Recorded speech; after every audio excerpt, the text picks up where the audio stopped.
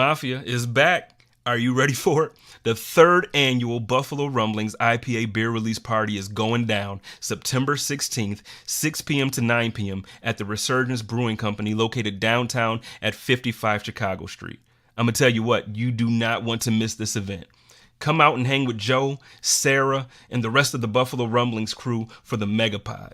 You're going to want to bring your questions and be a part of the live stream. Get involved. It's going to be live. And this year, we're also going to have our friends from Fans of Buffalo joining the party and sponsoring the fun. They're going to be in the house to provide you with all the information you need to make your away game day experience the easiest and the most smooth that you've ever had in your life. I can promise you, they do their job very well. So make sure you make it out Saturday, September 16th, 6 p.m., Resurgence Brewing Company, 55 Chicago Street. Go Bills. My man Jay Spence the King sounding like Barry White. My man's got that velvety voice. That's his James voice, by the way. That's Oh, is not that that's is not that what it is? that's not Spence, that's James. But welcome in wherever you're watching Uh, citywide. Are you picking on me because I call him James? You call him James too? I know he Oh, hates okay. I know he hates to be called James.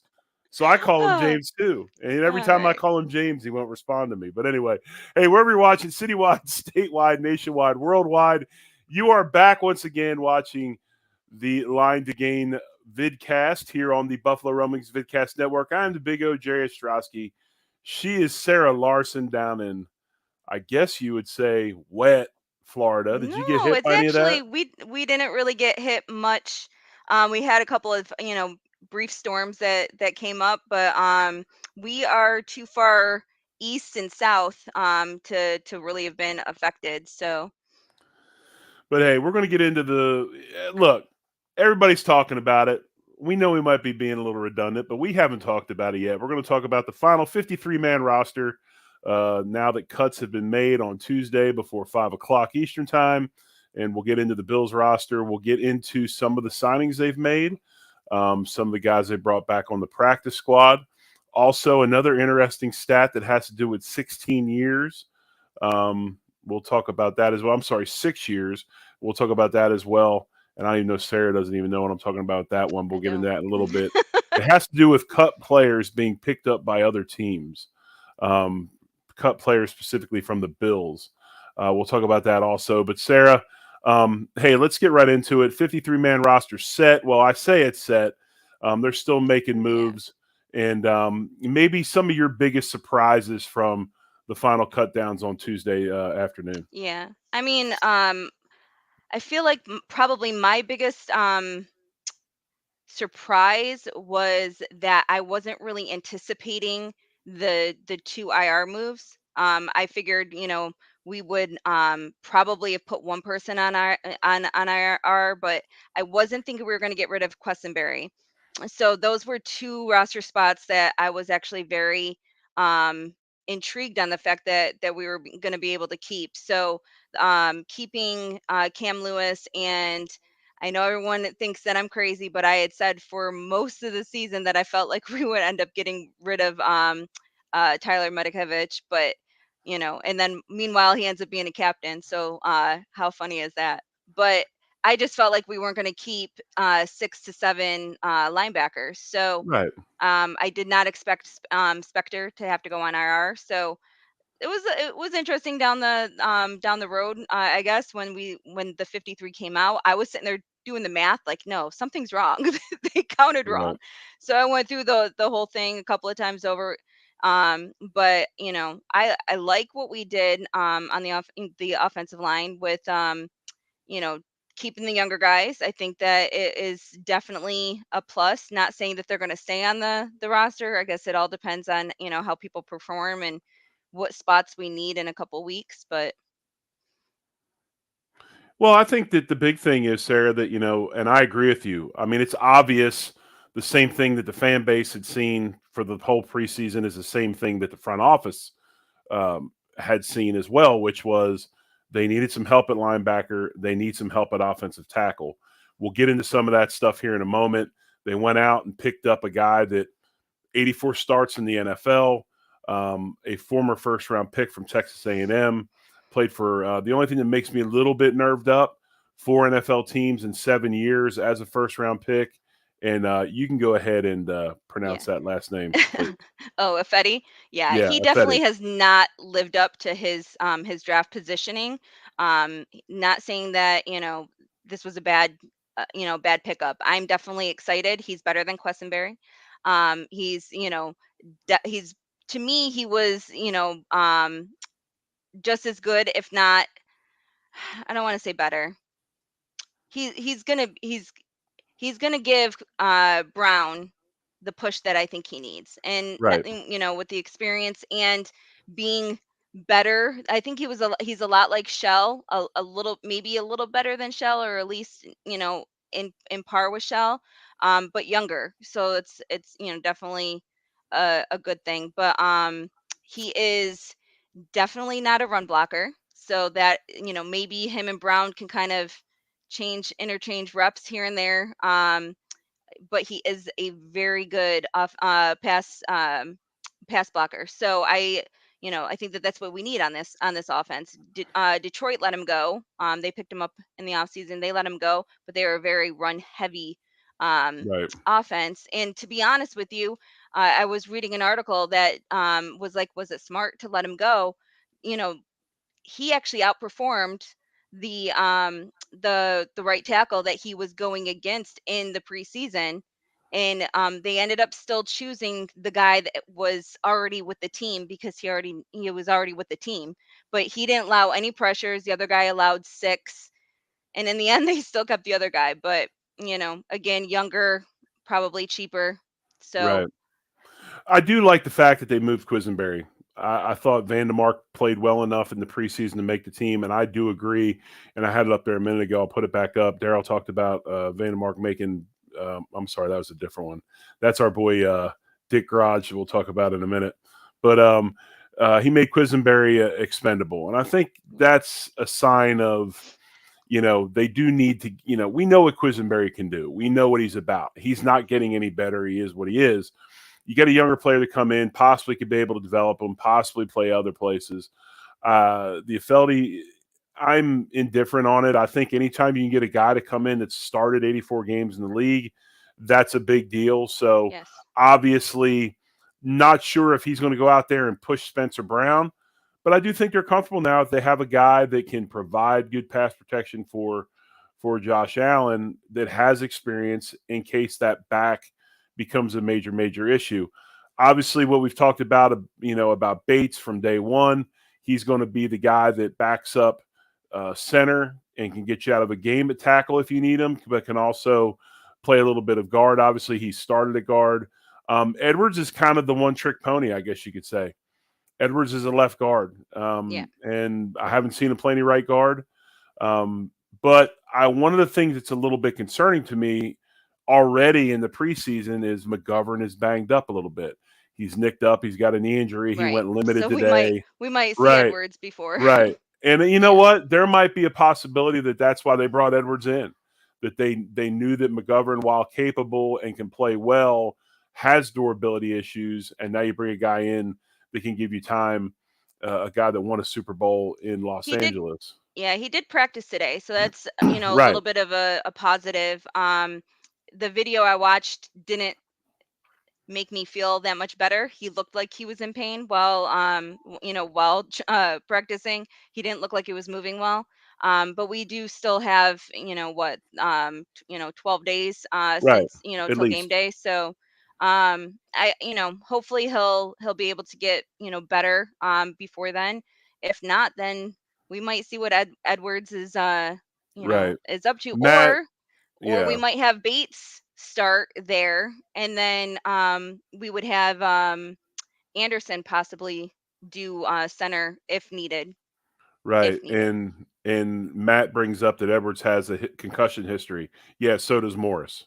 So is Morris. Yeah. And he's still on the team as well. So take it for what it is. But hey, before we get any further here on Line to Gain, always Wednesday nights, 9 p.m. Central or Eastern Time, 8 p.m. Central. Hit the like button, smash the subscribe button, help us out. Tell us you like what you're listening to. We love being on here talking Bills with you, and we're talking about this 53-man cut.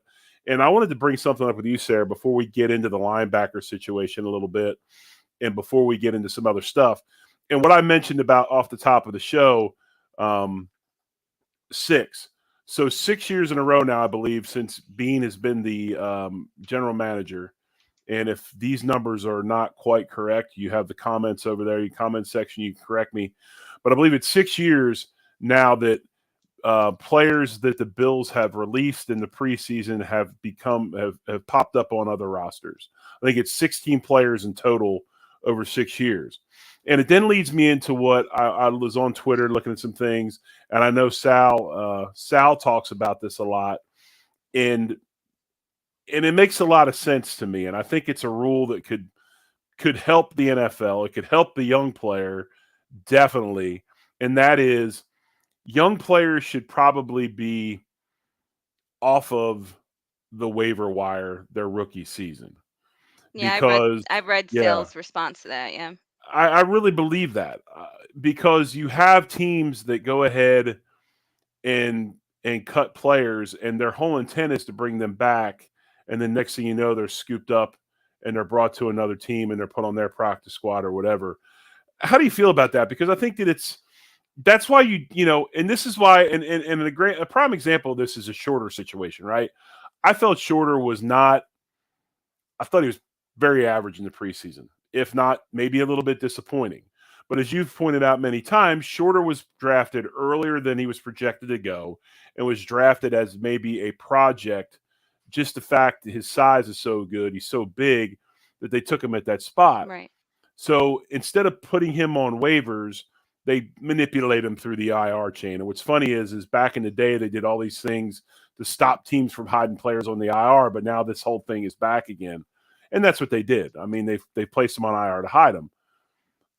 Wouldn't it be nice to be able to release him knowing that you could go ahead and you'd have, like, say, a time period where you could sign him back to your practice squad before other teams could poach your talent? And just Yeah. your thoughts on that. Well, I understand that mindset, but I do get the way that Sale responded. So Sale responded saying that you're taking away an opportunity for that player to make a different 53-man roster, just because definitely an experience today. So we had 3 people that we cut that were claimed by other teams. Houston claimed 2 of ours, and I Right. want They to say claim Green Nick Boker or whatever, the offensive tackle, and Broker. somebody else. Yeah, Yep. Broker and somebody else. Yep. Yep. And then someone, I think Green Bay or Cincinnati, somebody claimed Zane Anderson. I can't remember exactly who it was. But so we had Alec Austin and Nick Broker, who weren't good enough per se to make our squad. So we had to let them go. If we would have put them if they would have automatically went into the practice squad, they would have missed an opportunity to get 3 checks guaranteed. Whether or not they make that team long term, they get 3, NFL entry level weeks of pay in order to go to that, which is 3 times the amount of what they would have gotten each week than they would have gotten on the practice squad with the Bills. So I believe it's 12,000 for a rookie versus 44 for the minimum per week it is for a vet. So it is a big difference for them. So I say let them get the opportunity to to be on another team. A team that's trying to get better might feel that they're valuable. On the flip side of that, I hate it when you let someone go, that they have the choice once then they pass through waivers, they have the choice of what team to go to. I think that sounds terrible to say. Most of them would come back if we asked. I think the probably a very high percentage would come back to us, to any team that they were on that asked, after they were cut. I hate the fact that they have the opportunity as a free agent now to go anywhere. I personally, what, if you're worried about money, okay, then go ahead and bump their practice squad salaries up and give them more money on the practice squad if you want to do it that way. Or if you keep your own player, you have to pay them the rookie minimum for the first 3 weeks like they'd go somewhere else. But it'd be nice to be able to protect those guys. I think it's something that teams, if you draft a player, especially nowadays, if a player's drafted, and maybe that's what it is, maybe it's drafted players, not. I mean, there's a lot of ways to do it, and the NFL has the money to do it. Right. You're paying these guys signing bonuses and different things. Um, I know everybody's all about making the money right away, but once again, this is something that I think would benefit teams. It Yeah. also benefit the players being able to stay where they were picked. I mean, My it's nice to my develop question where to you you is were. it's kind of twofold. So, do you think teams would find a way to manipulate that and they would start stashing most of their rookies on the practice squad because they can and then leaves the spots available for, your regular 53 and then, start bringing people up um as needed, or if, obviously if you picked in the first or second round, if you were picked in one of those rounds, you were not going to be put on the practice squad, but anyone else you can just, stash and go. um Well, I think that let's might harm someone's development though. let me start here. They've been stashing and going for years. This has been going on forever. When I first started playing in the league, they brought guys from the NFL, came to your stadium and would watch practice. And if an IR guy was practicing, that team would get fined. The stash and go thing's been going on forever. I just think that I just think that it's an opportunity for teams, and everybody wants to do. Everything is now, right? And I get it. I'm all about players making money. Unfortunately, we have an NFLPA that sucks, so they're going to have to suffer for a while. But I think that there's something about development, allowing guys to develop with the franchise they just been with for a month and a half. I don't know. I mean, maybe that's being So naive. Maybe that's being is too far fetched. But I think there's an advantage to it for both sides, not right. just the So team. Matt just put in the comments. Sounds to me like we're talking about increased roster size. Love the idea. I actually we've obviously keep on increasing the roster size from what it was to what it is now, with it being 53, technically 55 on game day. The active the active is now 48. So I can definitely see where increasing, the the roster size might not be the best idea by a lot, but maybe if it's just, three or four, and then like you don't go through the waiver process with rookies at all. You don't put them on the, the practice squad. Right. They're just you just have to consider certain ones. Like you kind of tag the first, five of them and say they're inactive on, on game day. They're part of the squad, but they're definitely inactive on game day. So maybe give a couple of extra roster spots, but just for the rookie year. Don't let people go. But then again, what if this player and your team just don't mesh? What if, or you realize you made the worst pick ever? Um, Well, you you're let you're them kind of go. like, well, that's Right. what I I'm saying. think. If you let them go, then they're put on Right. waivers. I think you should be able to. I think you should be able. Maybe the answer, Sarah, is three. You know what I'm saying? Or I don't know. Maybe just pick a number. Maybe the answer is three. That you get to limit three guys from being in waivers, but everybody else has to go. I Yeah. mean, there's so many different ways to do it. And Matt brings up a point, and it's like I'm not picking on Matt, but yeah, no kidding. The owners don't want to pay anybody but themselves. I mean, that's why we're in the predicament we're in, and why running backs are having to hold out and beg for money. Um, it's that's how it's always been. But Yeah. I am Well, a I mean, huge fan of that would increased require rosters. increasing. It would require increasing the salary cap. So Yeah, we and can they say, and they need to. yeah, but I mean that it increases every year based on what they, discussed in the agreement. So, Right, which is, unfortunately, and you know how I feel about the agreement. yeah. These are all But things that should be worked out. 2030 is the next time we rework it. So Well, so I I just think that we tend to say all the time that, that owners don't want to pay their that, pay the players, but there needs to be a little bit of context behind that, because there's only a specific amount of money you can pay the players. I know. Um, so that's the only Yeah, thing that's my little we're asterisk.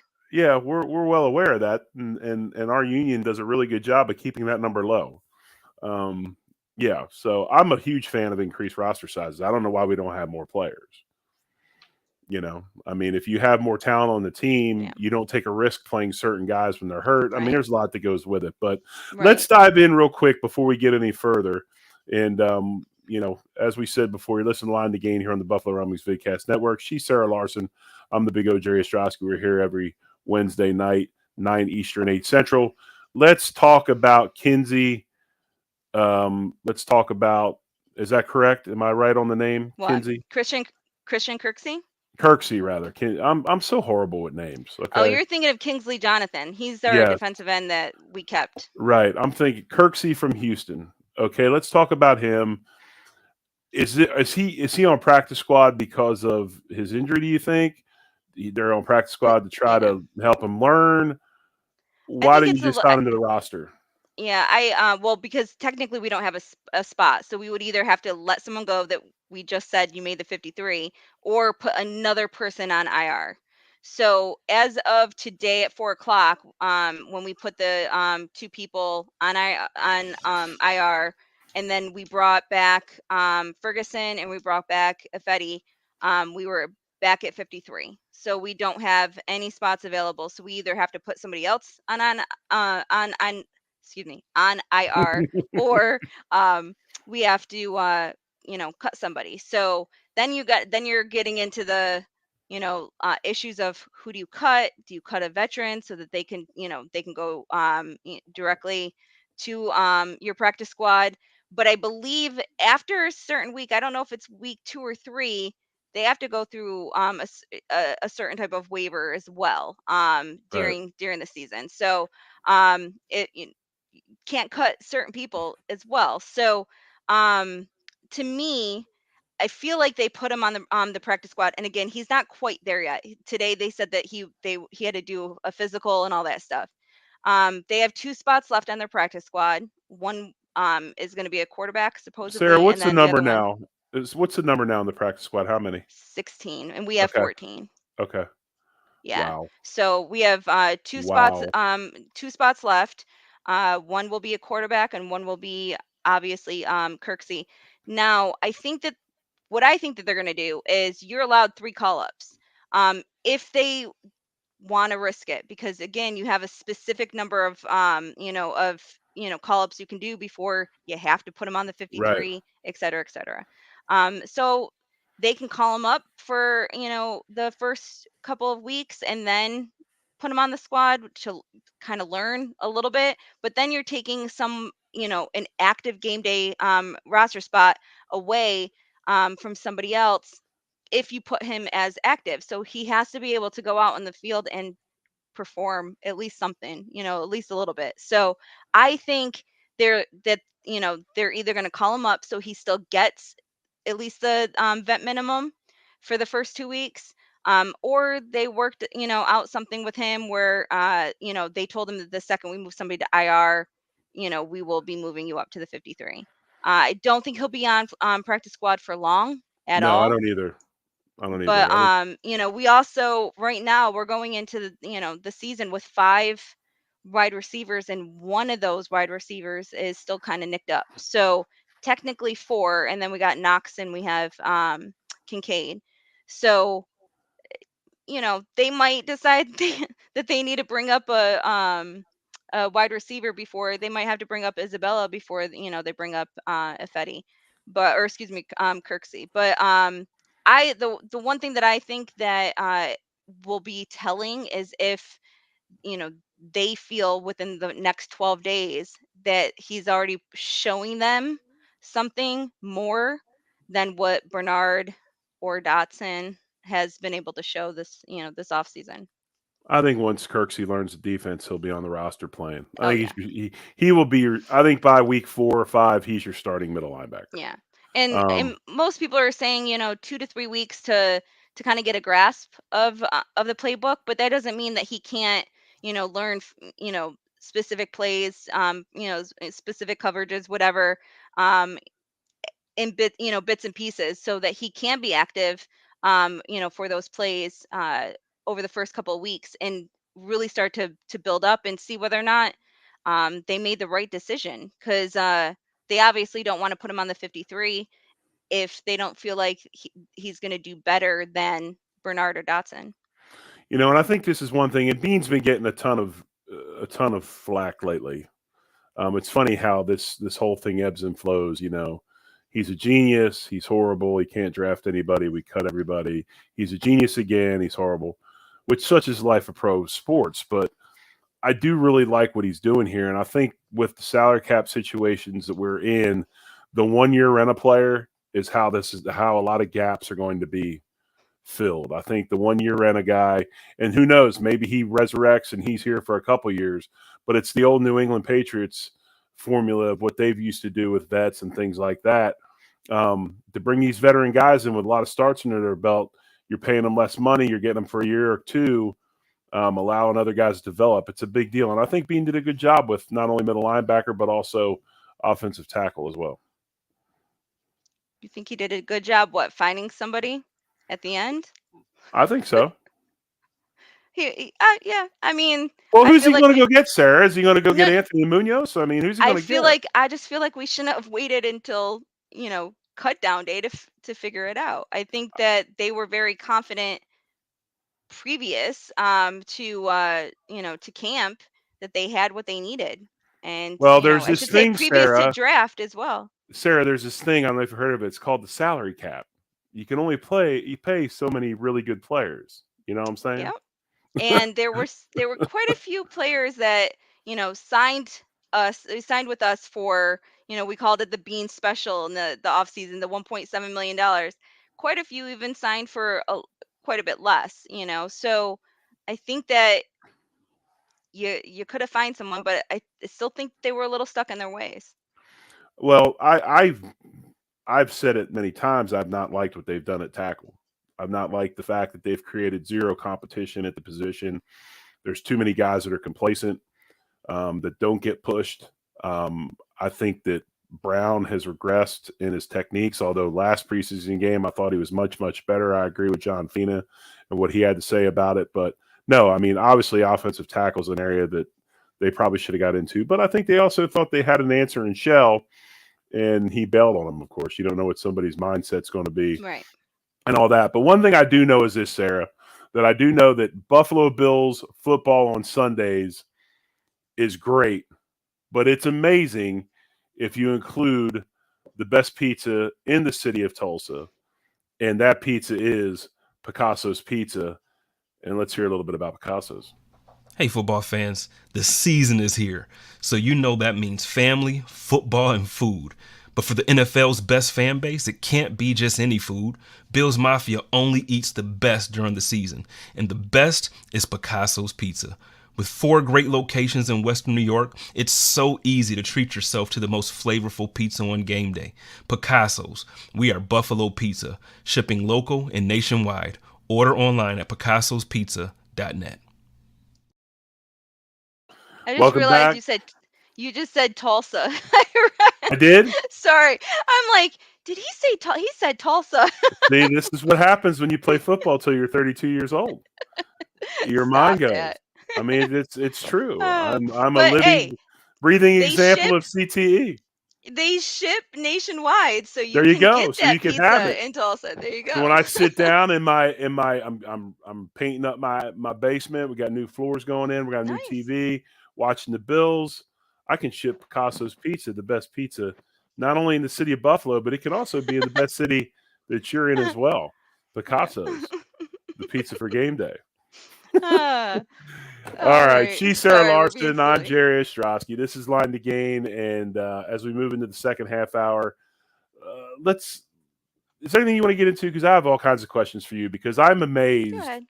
I'm horrible at math. Obviously, I have memory issues. I confuse things. But your math prowess and the way you can work all these numbers out and contracts and all those things, I'm envious of you. You can put them into layman's terms for people like myself to be able to understand them. But looking at the roster, Sarah, what do you think the bright spot of the roster is? Maybe our strongest position group, and then what's our weakest position group? Our strongest, And you can't say Josh Allen. okay. Well, yeah, because I wouldn't have, because then I would have had to include Kyle Allen along with that. Well, they're Um, actually the same person. They just, you know. no, they're not. And that is quite evident on the field. Yes. No offense to Kyle, but I would say our strongest position group, I'm gonna go DBs. Um, and then I'm gonna say very closely to that are our defensive tackles. Um, our DBs, I feel like we are very deep across the board there, between our corners and our safeties. My concern, obviously, is what we're doing with Elam, and whether or not we're going to have Dane Jackson or Benford, who's going to be starting at CB2. And Right. I've gotten so many people's opinions that everyone's like, no, Elam won the job, and I'm like, no, he didn't. And then No. everybody's like, Benford's going to start. That he definitely won the job. And then we got a lot of people who have Dane Jackson still slated as CB2. So we'll see there. My thing with the defensive tackles, we have five really, really good defensive tackles on this roster, and we have one on the practice squad that probably could get a job somewhere else. Right.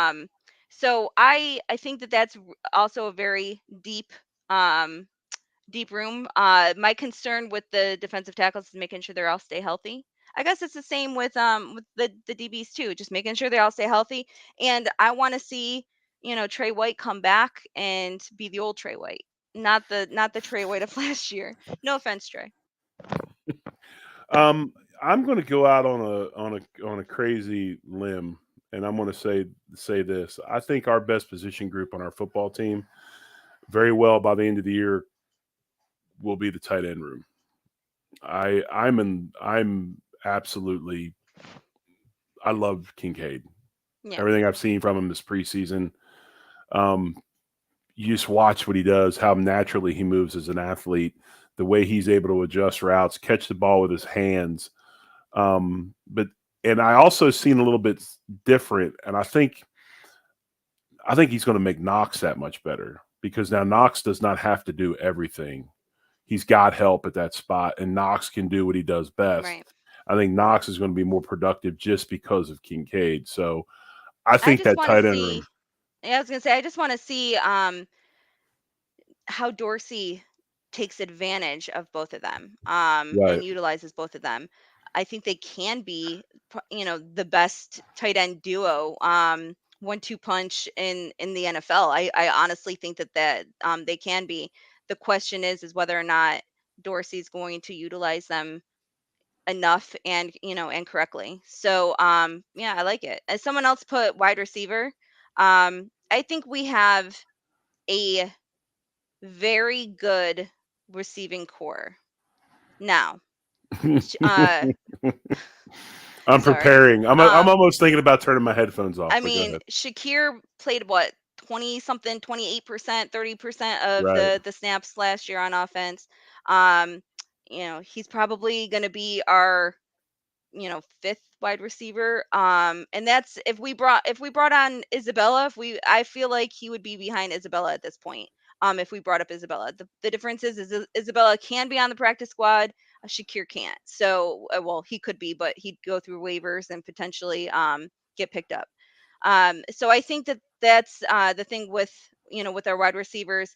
Most of them have not played. I mean, Sherfield and Hardy have not played an actual down during regular season. So for me to say, it's our deepest, I don't feel like we can right now. Diggs makes it a very good team to, very good room to begin with. Davis is my underlying factor.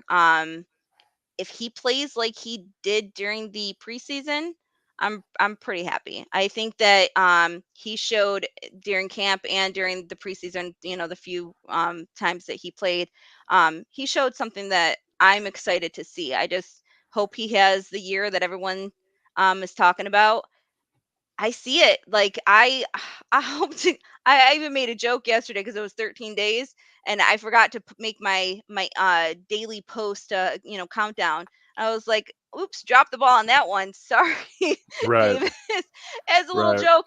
But I feel like it's probably time that we stop joking, and let the guy have the season that he's supposed to have. Let's pray that he earns that contract coming up, and sets us over the top in the process if he has a good season. And I'm going to say last year, I shouldn't even say good, if he has a very good last year was a just smidgen below good to me for him because of all the drops. He could have had 1,000-yard season if he didn't have all the drops. I know it was only like you know 8 or 9 drops or whatever it was, but it felt like a lot. Now, is um this? Go ahead. I'm sorry. Go ahead. No, I was just going to finish by saying if he has a smidgen of a better season, and can get 850, 900 yards, and, a couple more touchdowns, then we have an elite wide receiver room. We just need to see wide receiver 2 step up. My man Matt busted me out about selling Picasso's as a Tulsa franchise. Hey Matt, I'll tell you what, man. I think we ought to get together and start that down in Tulsa. I think we could kill it. Tulsa's kind of like a pizza death zone. There's only a couple places down here that are Northeast legit. Yeah, They don't understand what the small pepperoni that rolls up is down here. They got that big old flat, you know. Ugh. You got to find a couple spots. But here's a right. tell. Is this a tell, Sarah? We had 2 tight ends on the roster last year. 3 if they wanted to make Reggie a tight end that week, right? Didn't we have 2 on the roster last year? We had Knox, Morris, and Sweeney, didn't we? Oh no, Oh, we Sweeney. did have Sweeney was not there. No, Sweeney went to the Giants. Yeah, Yeah, I so we don't had remember if 2 we and had Dylan. one more. Well, we do have 3 on the roster this year. So I don't think, and you were talking earlier when we Who were am I talking about tight missing? ends. I don't think Dorsey showed anything this preseason. I think they're going to do a ton of stuff with those 2 that we can't even imagine yet. And I'm really I hoping can't that to wait. be the case. Yeah. I mean, I'm serious. I mean, I cannot wait for that to happen. Yeah, I mean, I Um, can't wait either. I think that we all I, th- I think some of us got pretty spoiled with the 2020 and 2021 offense. And not that we had a bad year at all last year statistically.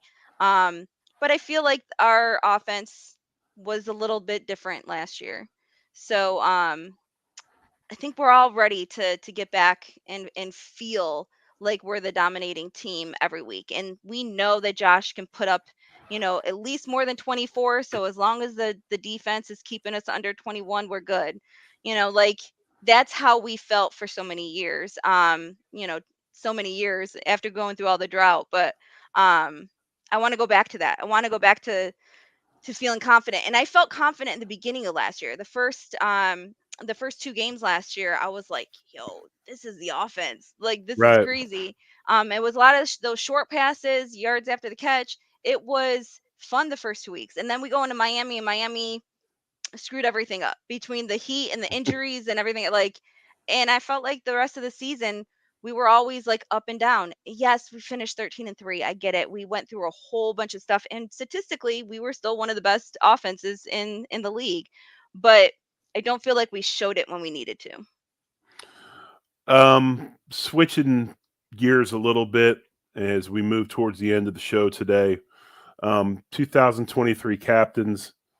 Some guy that doesn't want to be here named Stephon Diggs is one of the 8 captains that was named on the team. Yeah. Captains are the most vilified man in Buffalo Bills history, Gabe Davis. Who you know That what? surprised me. That one surprised me, and I was Why like, would "Go that ahead, surprise Gabe." you? Why Just would that? because I feel like because he just doesn't seem like the leader type in the locker room, in my opinion. he's always goofball and everything else, but then so was Trey White. So I was the fact that the rest of the team looks at Gabe that way impressed me. And after all the crap with, what Steph, went through and everyone talking in the off season, for the team to nominate him, I thought was pretty awesome too, because, the press made what, a whole off season of talking about, the Bills leadership, and Diggs wants out, and everything there. Well, none of the players seem to have a problem with Diggs right now. Like they voted him team captain. So Gabe Davis got voted captain because he is an absolute dog in the weight room in his offseason preparation. It's been talked about multiple yeah, times I've from heard it. people in that franchise that nobody works harder than him. Just because you're not a rah-rah guy does not mean you're not a leader. And obviously that football team has embraced Gabe Davis's work ethic. You got Micah Hyde, of course, Von Miller, who's on the pup list for 4 games. The guy that Sarah wanted to cut, Tyler Medikavich, he is a captain, obviously a Oh, special teams captain. Mitch Morse, who should be a captain. Um, hell, Mitch could probably be a okay. GM at some point. His So, viewpoints are to my refreshing. defense, I thought heading into training camp that AJ Klein, with his wisdom and all of his years of experience, was going to win the middle linebacking starting position. I really thought that um, he was going to be the one that could play Mike. So going through that, I said there is absolutely no way they're going to keep 7 linebackers. Are they going to get rid of Spector or Bernard or Dotson? And I was like, probably not. They're gonna look to get rid of the guy that pretty much only plays on special teams. And yes, I get his contract was guaranteed, his $2.2 million, whatever it was. I get all of it. But heading into training camp, I really did not think Tyler was going to have a spot on the roster. Um, then AJ Klein just really didn't have that great of an camp or preseason. Um, Matt says, I thought Dawkins would have gotten a captainship. Yeah. Um, I well, looked earlier. I do not remember seeing him on the list last year, but I also thought that Ferguson was on it. So I remember the one that I saw, I think was 2021. Um, and then I don't remember 2022. I knew that Gabe was new. Jordan was on it. Micah was on it last year. Vaughn was on it last year. Tyler was on it last year. So was uh Taiwan Jones. So I maybe don't, that maybe that says a lot. you know what? Maybe it could have been though. So who did Gabe replace? Oh no, Gabe replaced Taiwan. So if they kept 8 both years. Oh, and Edmonds. Yep. Yep. Matt put Edmonds. 9 players. 9 Yep. captains. I've never seen that many captains in my life. We used to have 3. One offense, one defense, one special teams. Let's roll. Yeah, I don't mind that they do one special teams and then a couple of offense and defense. Usually they do 2 2 and 2, but or 3 and 3, sorry. But Real quick, have we gone over the practice squad yet? All the members of it yet? Have you read those off? I'm sure everyone's seen it or heard it a million times. But let me pull it up. I did think it was interesting. They brought Mance back. That was Yeah, interesting. he's one of the veteran ones that we could bring back. So for practice squad, for people who don't know, we are allowed 16 players this year. Maximum of 6 can have more than 3 years of credited playing time. Anyone from 0 to 2 years is 10 max. And when I say 0, they say anyone that had more than 9 games their first year. Or so if you played more 9 games, or you were active, you don't actually have to play. But if you were on the 53-man roster or on IR for more than 9 games in your first year, then you become part of that second tier. And then obviously, if you've never been on a practice squad or in an NFL game, they can have the whole 16 be up for those people. for the rookies coming in. So we have let's see if I can. So we got Pull it Eli Anku, defensive Yep. tackle, Marcel Aitman, wide receiver, Kyron Brown, Cameron Yep. Klein, I was happy we um, brought back Klein. And Dick then Richard Garage, Garage. Yep. Dick Garage. Jamarcus Ingram, Andy Isabella, Kevin Jarvis, Ty Johnson, Mance, Tyrell Shavers, Brian Thompson, Kendall Vickers, and Joel Wilson. That's not counting. Well, they got three more left, you said? 2. Right. Yep. So So Matt put here talk about Boogie. So I will say I this about Boogie. He's the luckiest guy around because he still plays for a New York team, but no actually makes all eh. of his money. He actually makes all of his money in New Jersey. So he just got into a better tax situation. Probably not by much, but he's not paying as much tax So as he would in the state of New York. So not to get into this too much, but I have done a lot of research when it comes to the taxing. They get taxed based on where the game is played. So only half of their games are played in New York, home games. So that's when they get taxed in New York. The other half is when they're traveling everywhere. So if you come down to Miami, you don't get taxed that week. If you play are you talking in about player taxes? the players, I yeah, can the I for the can state I can taxes. I can I do that one? Sure. I used to file 13 to 16 returns a year because of that. Obviously, unfortunately, most of my fortunately because it was the city of Buffalo, tax wise, unfortunately because it was New York. Yeah, so that whole thing started back in the day when I was a kid in Philadelphia. Philadelphia was going bankrupt. They tried to raise money. They tried to figure out how to raise money, and they're like, "Hey, we got all these teams coming in here. We're going to charge them a percentage of taxes off of what they make in our city." And that's kind of Right. how the whole thing started. We would actually stay in New Jersey the night before a Philly game because you wouldn't have to pay that extra day of taxes by staying in Jersey. But you're But right. I Jersey has mean, state taxes now. yeah, but it was different. It was less money. I mean, that's why we Oh, stayed in okay. Cherry Hill because you didn't have to pay as much. So yeah, my accountant filed like 13 to 16 returns, including a federal every year because of this. And yeah, if you won the lottery and you played for the Cowboys or the Dolphins, you know, you don't have to chill out as much of taxes. But yeah, he did get a little bit of a break going to Jersey, that's for sure. But A no, little I, bit. I, I mean, other than the Giants are turning into just another version of the Bills, um, you know, I How do don't you know. I mean, feel about the compensation? Do you feel like for those people who lived under a rock for the last couple days. So Boogie Basham was traded to the Giants on Tuesday. It was a pretty much a trade of picks. We gave them Boogie and our 7th round in 2025, right. and they gave us their 6th round in 2026. If So you want that trade, if you want that in a nutshell, you can think about that all you want. This is all you need to think about. Okay, this right here. This is the thing that makes me want to vomit in my mouth every time I think about it, and it's that right there. We picked Boogie Basham instead of Creed Humphrey. Um, I seen Creed Humphrey all off season down here in Oklahoma working with one of my buddies getting ready for the season, and I'm just telling you something. That that's who did they pick in front of Jordan? That's kind of what this is to me. The fact that we took Boogie Basham and not Creed Humphrey, right. that's what hurts more than anything. Yeah. And in the end we wasted the pick. He didn't even he lasted what, 2 years. So Right. I hate the fact that we gave him up for so little. But they had to be looking at the fact that he was not going to be what they had wanted.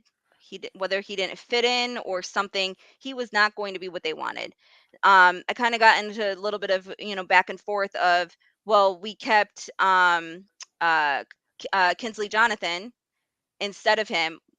Kingsley Jonathan had nothing for his contract, and it's like literally minimum. I think like 800 and something $1,000, and his dead cap I think is $3,500.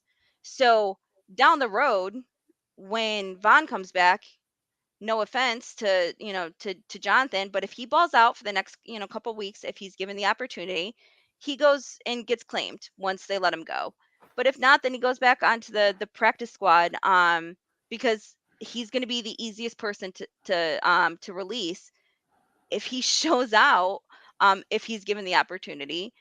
Then there's, they're in a conundrum because they're going to figure out how to keep him. But when it comes down to Boogie, I felt like, we saved money by trading Boogie. So in the end, we pretty much traded his contract, not the player. We traded his contract, in order to, to kind of compensate.